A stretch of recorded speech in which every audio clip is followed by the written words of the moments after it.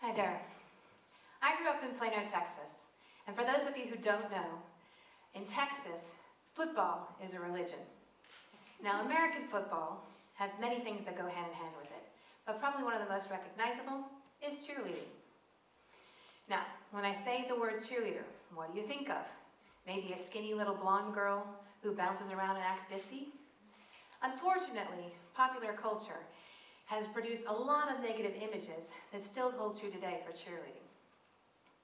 Even the most recent Bring It On movie franchise that featured actual real cheerleaders doing actual competition routines, for their main characters of the script, they still had jealous, silly, ditzy, power-hungry mean girls.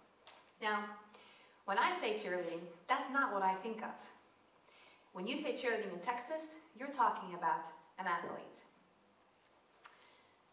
So, what squad did I want to join? I wanted to be on the squad that went away 2 weeks every summer to learn a routine and then perform it in front of schools from across the country. I wanted to be on a squad that gave up part of their summer to train in Texas heat so they would be prepared for the fall season.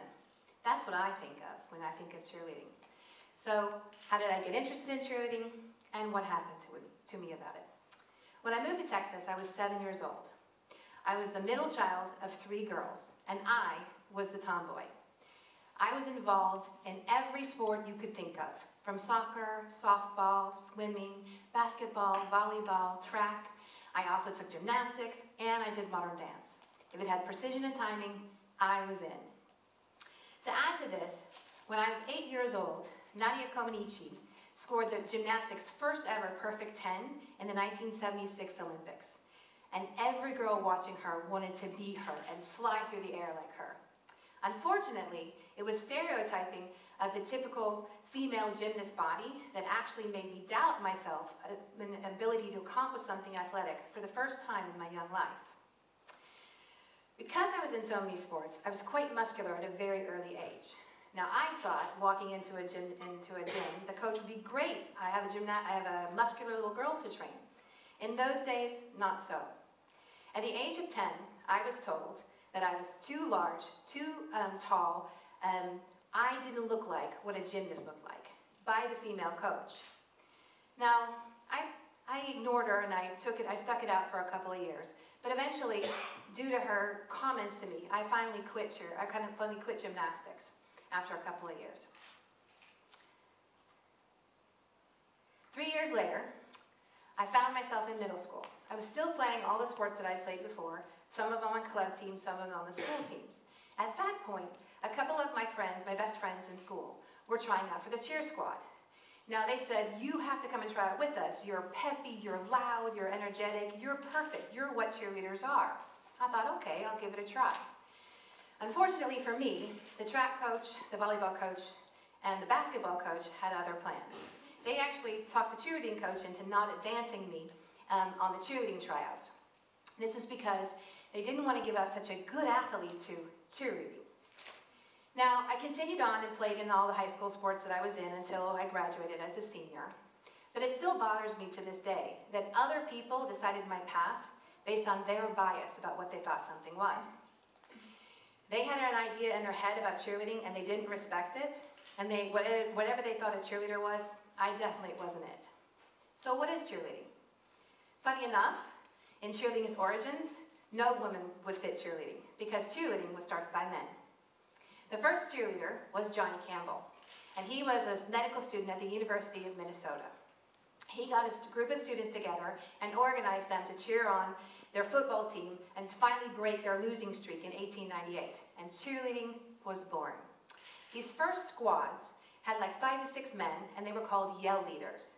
And to this day, you can see this type of cheerleading at Texas A&M, which incidentally is the university I attended. Now, because like many, in Western culture, like many things, women were not initially allowed to do cheerleading. So it wasn't until the 1920s that we found the first women on cheer squads. But the numbers stayed low until the 1940s. And with many of the men away at World War II, women finally gained a foothold on cheer squads. It was about this time, 1942, for example, Mae Barton, the first female cheerleader at University of Utah wanted to join her squad, and she was actually discouraged by the female dean, telling her it was scandalous and it would taint her reputation. Now, Betty Mae didn't listen, and she actually cheered for the university for all 4 years of her her college career. Also at this time, a man named Lawrence Herkimer started to revolutionize cheerleading. He came up with the very famous Herky jump and many more specialized jumps. He also introduced the first cheer camp, and he also started the National Cheer Association in 1961. Now, this was the first corporation that actually started to promote cheer competitions.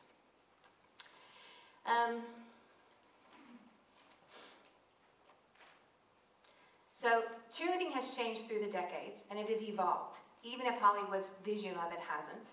And it was in the 1980s that ESPN actually started televising cheer competitions at the college level, and all-star cheering was born. At this point, so many private gyms sprung up all over America, and many in Texas, with 30-member-plus squads strong, all vying to be national champions. Today, there are over 4 million cheerleaders in the USA.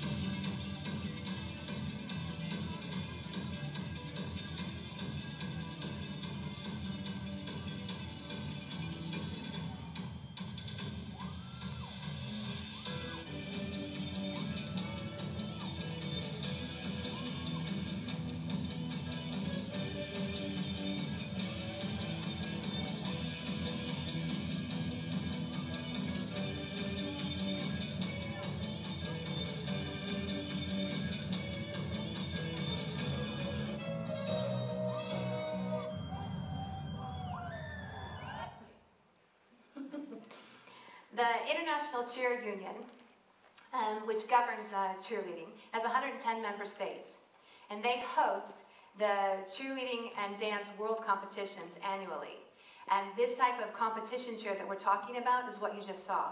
And that is the team that won the championship in 2017. And so they were chosen to be Team USA and go and represent cheerleading to the world at the closing of the Winter Olympics this year. I think you agree that was pretty awesome. So, you may not know this, but on university squads, cheerleading squads are almost always 50% men.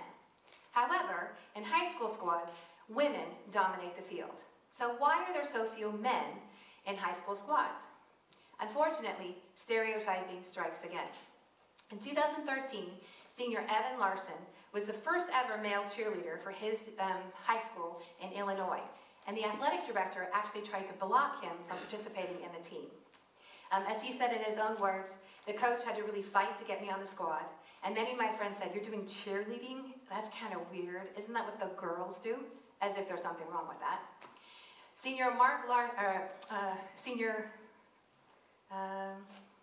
Justin Mark experienced the same stigma. He said people ostracized him. They said, "Oh, cheerleading, you're gay," as if there was anything wrong with that. And they also, he said he tried basketball, he tried baseball, he tried soccer, he tried football, but nothing really fit him like cheerleading.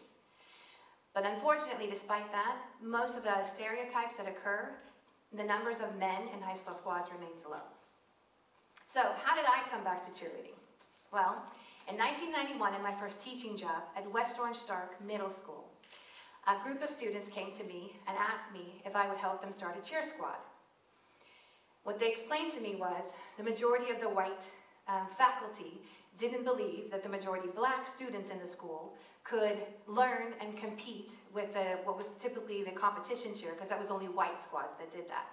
When I heard this, I was so angry because I realized that these girls were going through even worse stereotyping than I had experienced in my middle school years. So we started a squad, and that is that squad today in 2018, still going strong.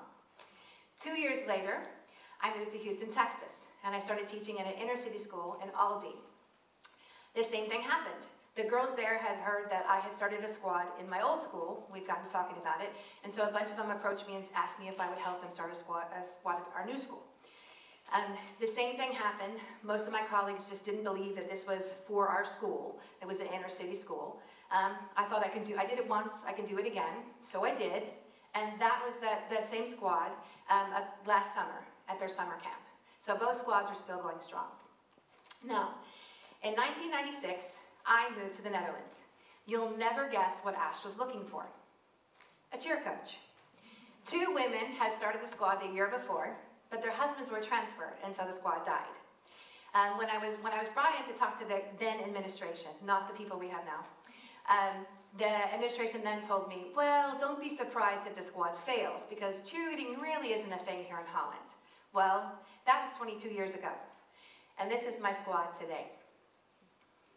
Now, I could be really mad at those women who originally stereotyped me and put me in my place, but I really think they had my best interests at heart. I don't think they were trying to be mean.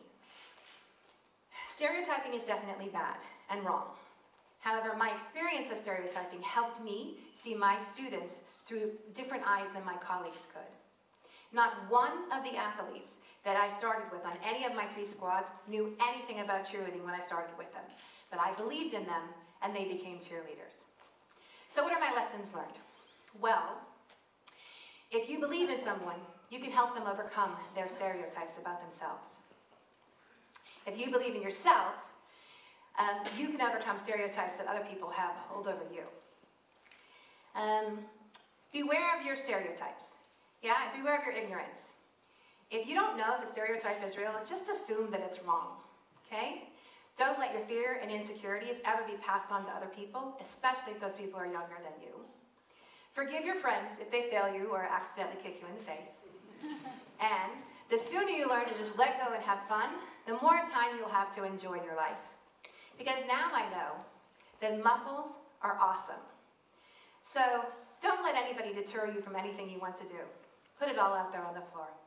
Thank you.